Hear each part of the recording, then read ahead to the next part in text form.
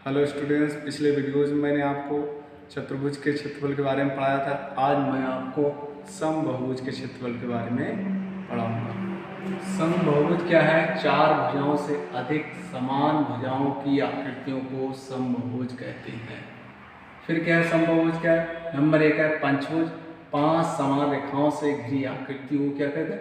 पंचभुज कहते हैं। ये पंचभुज चित्र है, ए ये है तो ए ये भी होगी। ये 4 और 5 भुजाएं क्या होंगी? समान होंगी। तो पंचभुज का क्षेत्रफल होता है 1.722 ए स्क्वायर, यानी भुजा स्क्वायर। परिमाप होता है पांचों भुजाओं का योग ए। तो कितनी हो गई? 5a। फिर आ गया षटभुज। 6 समान भुजाओं से घिरी आकृति को षटभुज कहते हैं। ए ये क्या है? समान है। 6 भुजाएं क्या है? समान है। इसकी ऊंचाई यहां से लेकर यहां तक क्या दिखाई गया? ऊंचाई दी गई। षटभुज का क्षेत्रफल होता है 2.6 ए स्क्वायर। ये अधिकतर परीक्षा में पूछा जाता है कि षटभुज का क्षेत्रफल क्या होता है। तो आपको टिक करना है 2.6 भुजा स्क्वायर। परिमाप होता है 6a। अष्टभुज का क्षेत्रफल होता है 8 समान भुजाओं से घिरी आकृति को अष्टभुज कहते हैं। अष्टभुज का क्षेत्रफल होता है 4.83 ए स्क्वायर। परिमाप होता है 8। ये हमने अष्टभुज बनाया है ए। ये कितनी है? 8 भुजाएं हैं, बिल्कुल समान है। ए भुजाएं क्या होंगी? समान होंगी, तो इनका परिमाप होगा 8। किसी बहुभुज के अंतःकोणों का योग 180 n-2 होता है। इस सूत्र से किसी भी बहुभुज, चाहे पंचभुज हो, चाहे षटभुज हो, चाहे अष्टभुज हो, इनके अंतःकोणों का योग का सूत्र निकल के इस फार्मूला से आपको अंतःकोण का योग निकल के आए। अगला वृत्त क्या है? किसी स्तर बिंदु से समान दूरी पर एक बिंदु का बिंदु पथ वृत्त है। ये बिंदु है, इससे समान दूरी पर जो बनाए पथ है, ये क्या कहलाता है? वृत्त कहलाता है। और जो वृत्त, जो पथ यहां से लेके यहां तक जो दूरी चली, इसको क्या कहते हैं? परिधि कहते हैं। त्रिज्या का दुगना, व्यास जो है त्रिज्या का दुगना होता है, 2 गुणा त्रिज्या। तो वृत्त का क्षेत्रफल है पाई आर स्क्वायर। आर क्या है? वृत्त की त्रिज्या है।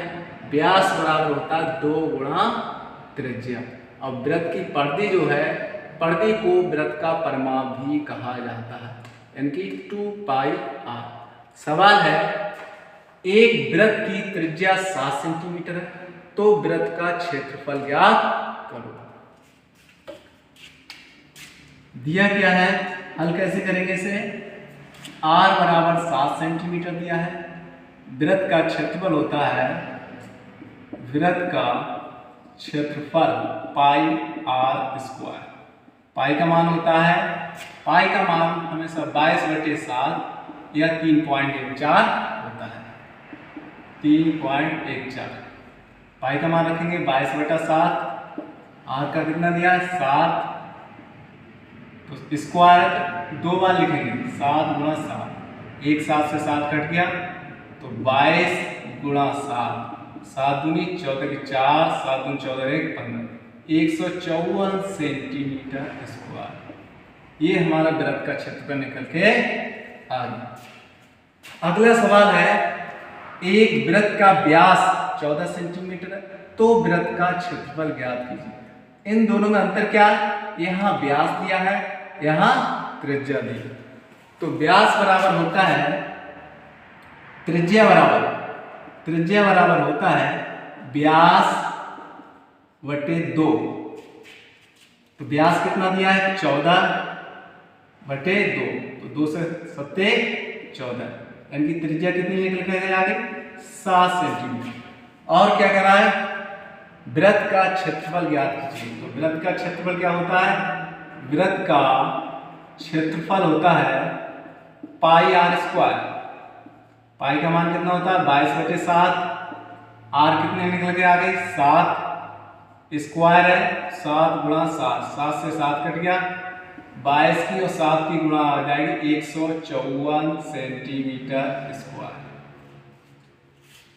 तीसरा क्वेश्चन है, एक वृत्त की त्रिज्या 7 सेंटीमीटर है, तो वृत्त की परिधि ज्ञात। यहाँ परिधि ज्ञात करवा रहा है, परिधि या परिमाप बात एक ही है। आर दिया है, आर दिया है 7 सेंटीमीटर।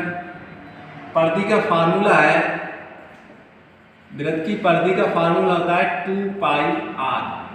तो 2 पाई का मान कितना होता है 22/7।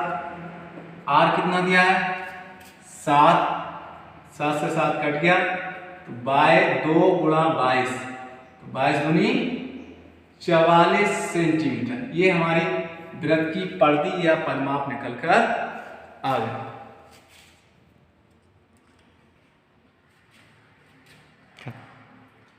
अगला सवाल है, एक वृत्त का क्षेत्रफल 154 सेंटीमीटर स्क्वायर है, तो वृत्त का व्यास कितना होगा।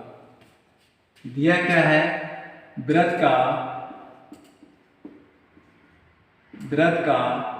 क्षेत्रफल दिया है 154 सेंटीमीटर स्क्वायर। वृत्त का क्षेत्रफल क्या होता है पाई आर स्क्वायर। 154 आर स्क्वायर बराबर 154/पाई। पाई का मान कितना होता है, पाई का मान होता है 22/7। यहाँ रखेंगे 154, पाई का मान 22/7। 7 ऊपर पहुंच जाएगा, 154 गुणा 7/22। 22 सत्ते होते हैं 154।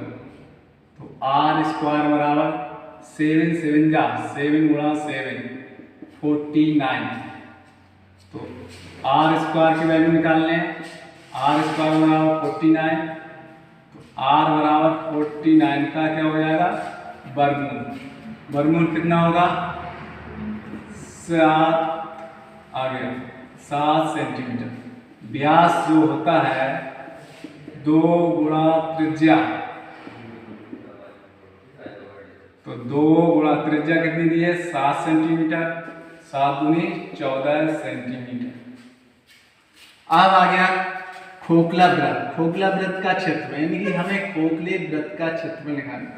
पहले क्या निकालेंगे, वहा वृत्त के क्षेत्रफल में से अंदर वाले वृत्त का क्षेत्रफल घटा देंगे तो क्या आ जाएगा खोखले वृत्त का क्षेत्रफल हो जाएगा। यहाँ कैपिटल आर है, वहा वृत्त की त्रिज्या और स्मॉल आर है आंतरिक वृत्त की, अंतर्वृत्त या आंतरिक वृत्त की त्रिज्या। तो बाह्यवृत्त के क्षेत्रफल में से हम आंतरिक वृत्त का क्षेत्रफल घटा देंगे तो क्या निकल के आ जाएगा हमारे खोखले वृत्त का क्षेत्रफल। यहाँ पाई दोनों में है तो पाई हमने क्या ले ली कॉमन ले ली, तो R square minus R square क्या हो गया आर। ये हमारे खोखले वृत्त का क्षेत्रफल का फार्मूला